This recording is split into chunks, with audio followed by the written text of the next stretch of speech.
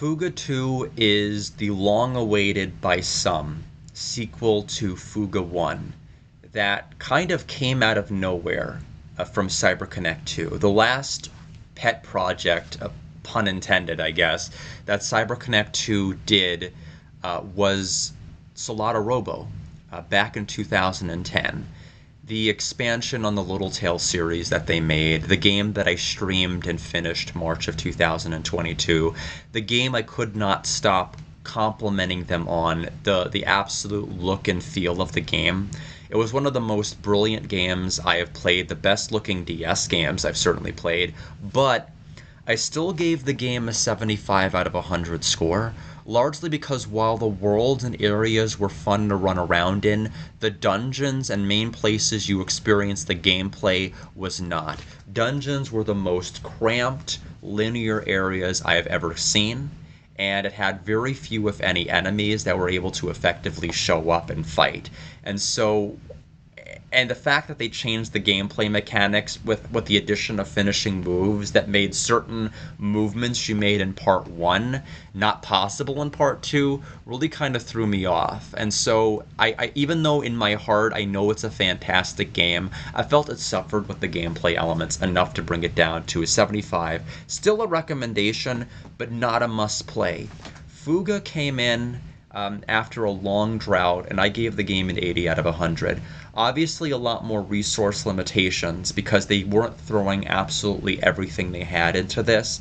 They knew they were going to lose money. They knew that they were not going to be able to recoup anywhere close to the amount of money and time and energy that they spent, so they didn't have areas you could run around and explore. But it was still very clear that it was a passion project. They cared immensely about it, and they were going to go on and make it no matter how it did sale-wise. They were going to see this series throughout the end.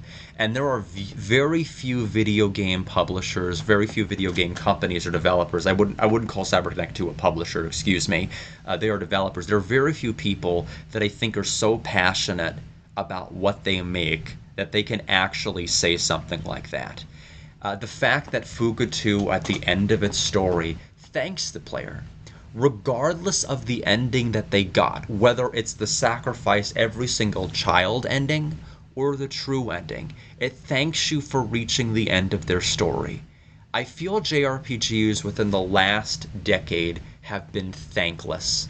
I feel that they take for granted that people are going to take their convoluted story that the developers have smashed to pieces with a hammer to insert as much opaque and vague dialogue as possible within the first 10 or 15 minutes of a cutscene and force the player to put all the pieces together to marvel at the brilliant puzzle that they shattered in a terrible way.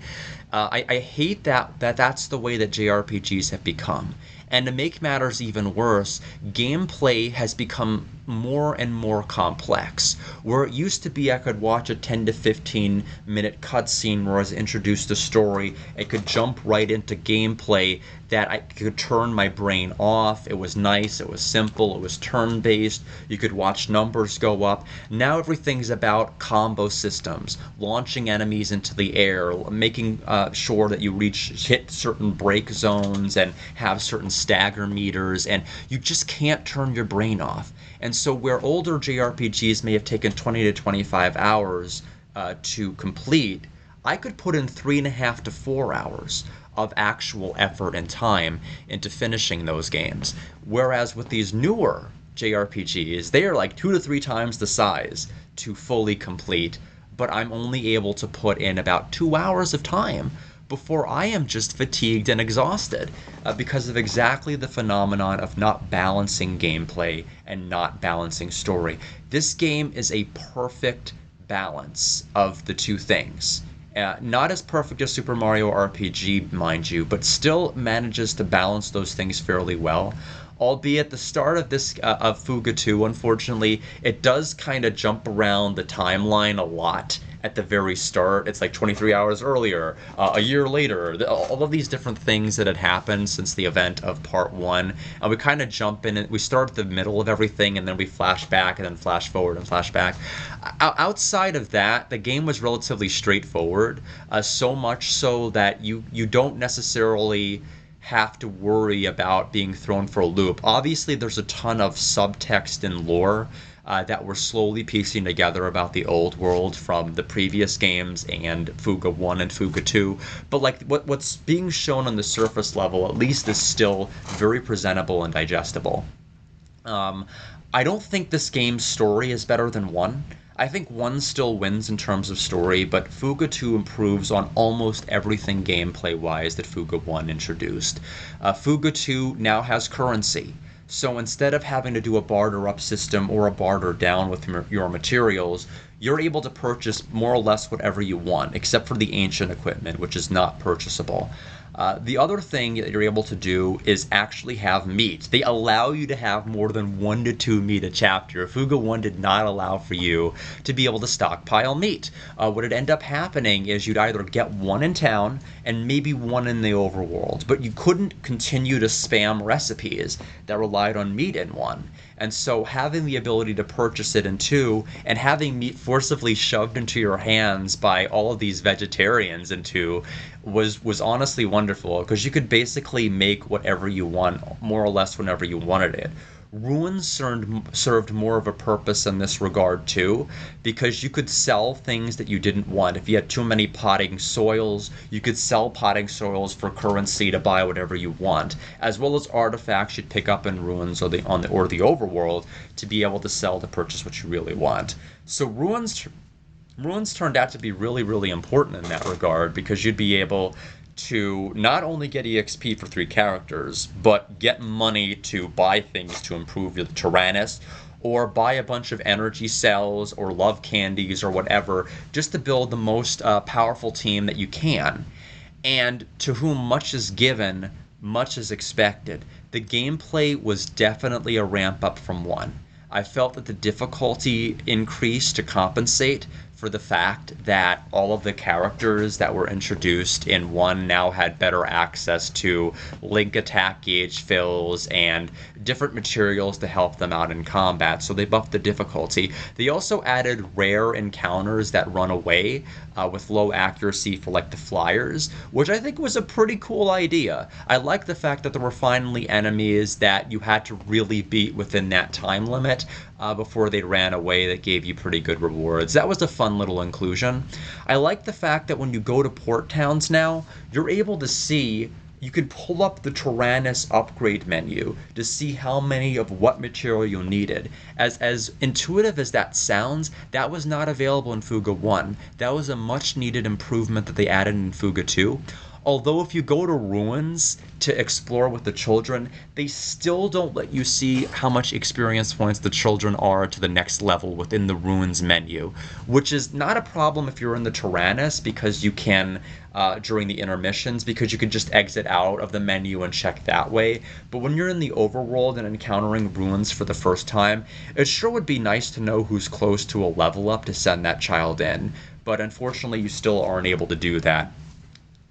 I like the soul cannon idea, but it's also not well executed. I like the idea of the child being random and it being exercised without any sort of player control. I think that is the perfect way to do it, but there's 2 main problems. Number 1, they give you way too much time. 20 turns is ridiculous. Like, most boss fights that I've done in that game don't get anywhere close to that turn count, especially if you're thinking about the fact that your HP has to hit the halfway threshold for that to even be worried about. And number 2, with the Monargum, it doesn't even make any sense to be able to use it. Like, you have to purposefully end up using it, I think, for that to even be a result. Because you can just avoid the Soul Cannon entirely by using the Monargum or Nagram or whatever the heck it's called. But in Fuga 1, I felt like it was more of something that somebody would have to stumble into because they're just running into trouble in a fight. I feel like, despite the fact that this seemed to be a choice that might divest more autonomy from the player, it actually seems like it'd be harder to practically have the soul cannon fire with all of the other tools they gave you in the game. So I think it's even less useful than what it was in Fuga 1. I think you're less likely to run into a situation where you have to use the soul cannon if you have those other tools and resources to use it, which makes grinding for the true ending, not the true ending, the worst ending, quite a bit more tedious because you have to literally wait out the timer. And the game even tells you like 10 turns in, like, yo, you might want to use them in Argem so you don't have to fire the soul cannon, like, hint hint hint. And there's like no reason you should ever let it fire if that's the way that they're presenting the game.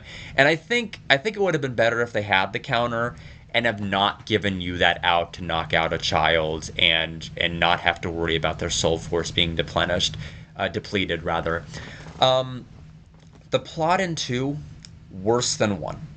One's War Orphan story, I think, was a lot more compelling. I think that the camaraderie between the children felt a lot more natural. The story progression and how bosses were fought felt a lot more natural. The thing that I was worried about when I did the first three chapters of this game is I felt we were going to fight the Tyrannus for like 6 chapters because we kept getting one child back the first couple of chapters or so. And so I'm like, oh, that means we're going to have to fight the Tyrannus like 6 times to wrest all the children free. And I'm like, I don't like that because I like the idea of fighting multiple bosses. And I was afraid that we were foregoing that in terms of just these repeat fights. And while we ended up fighting we only ended up fighting the Tyrannus directly like 3 times, thankfully. They dropped that pretty quick, but for a while there I was worried about them doing away with other boss fights, but they were able to kind of come around at the end. But I think one of the things that was just kind of annoying was that you had to suspend your disbelief at the fact that your party was allowed to live so many times. Jill let our party go when we were inches away from being thoroughly and utterly defeated about like 2 or 3 times that story. And then Cayenne, right before Reverie, decided to let us live for like no real reason other than so that we could come and stop him later. If it happens one time and it's unexplained, that's fine. It's unfortunately you wrote yourself into a corner. Better luck next time. But when it happens 4 times within your story, you're doing something wrong as a writer. You can't let enemies just be like bye and then leave. Like our Tyrannus was like fully unoperational, or at that particular point, the Tarascus was unable to catch up to the Tyrannus, and so it kept getting away. And then when it was the Belenos, it still had the same situation where it just kept getting away while we were defenseless. I just felt like it was dumb that we were allowed to cheat death that many times.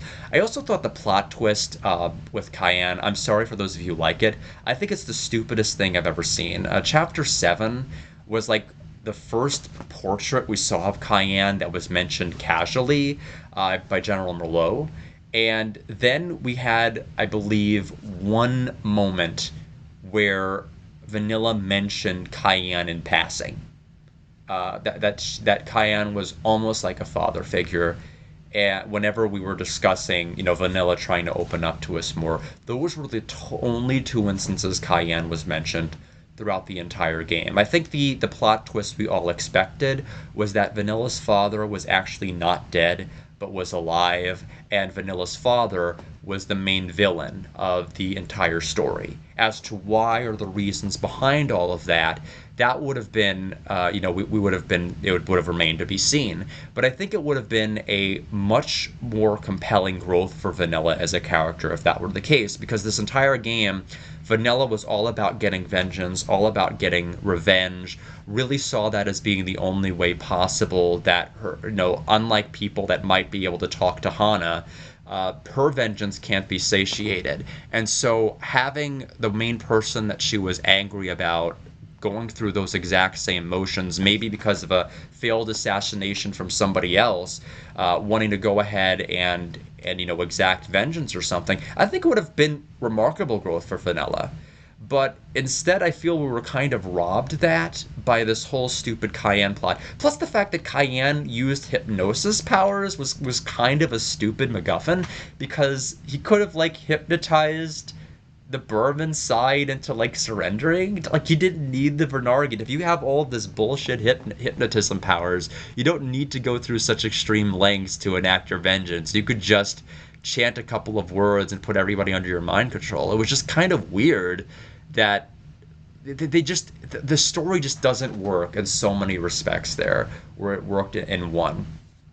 But despite all of that, this is clearly the better game than one, by at least 3 points. I gave this game an 83 out of 100, compared to the 80 out of 100 I gave part one. It is absolutely a labor of love. Please, please, please, please, please, if you're at least the least bit curious, check it out. Yes, it's $39.99. It is quite a bit of a price tag for those of you who are on a budget. But if you have the means to be able to buy it or play it, I'd recommend it. I'd rather invest the $39.99 in a game that I think is actually enriching and rewarding as an experience than to a cash grab company that's making part 16 of their JRPG series that really doesn't care whether their fan base gets the game or doesn't get the game, or appreciates their world or doesn't. And I like a game series that doesn't take for granted its player base. And the lack of accessibility due to the lack of resources for being able to effectively publish this game may turn some people off. The languages are Japan and France only. Like, the Cyber Connect 2 really loves France influence, and so it makes sense that a lot of their songs and a lot of their presentation in terms of voice acting and everything else would also include the French language. But they're working right now to try to localize this game into Brazilian. You can actually follow them on Twitter to see what they're kind of doing. They're coming out with a patch 1.03 soon to this game that's going to be able to track the empathy resolution events quite a bit better. That means I may or may not have to redo the 100%ing of this game, because I don't know if I've missed any of the empathy resolution events, and I won't know until the full library shows up. So we'll have to take a look at that. But all in all, solid game. Absolutely great series. I look forward to part 3. I look forward to more that this game has to offer. And I look forward to hearing more and more about players that are experiencing this game for the first time, experiencing the series and falling in love with it. The first game did not even recoup half its budget back within the limited amount of money that they did spend to go ahead and make this game, to illustrate it, to voice act it, to compose it, to all the things that they did for this game. And I suspect part 2 is probably going to do even less than part 1, just because historically, sequels of an unknown series are probably less likely to get traction than the first game. But please, if you have any any ability to play it, I would check it out. I am going to upload my final thoughts from part 2 from the actual stream I did itself, like the actual final boss and everything else. But I rushed my thoughts at the end, and I thought I needed to give an appropriate video response to all of this. But I thank you all for stopping by. I'm going to stream the unlocked content that I got from Fuga 2 tonight, and I hope everybody, if people are able to drop by, are able to be there. But for those of you who don't want to spoil yourself, probably shouldn't come up. But thank you all, and have a good rest of your day.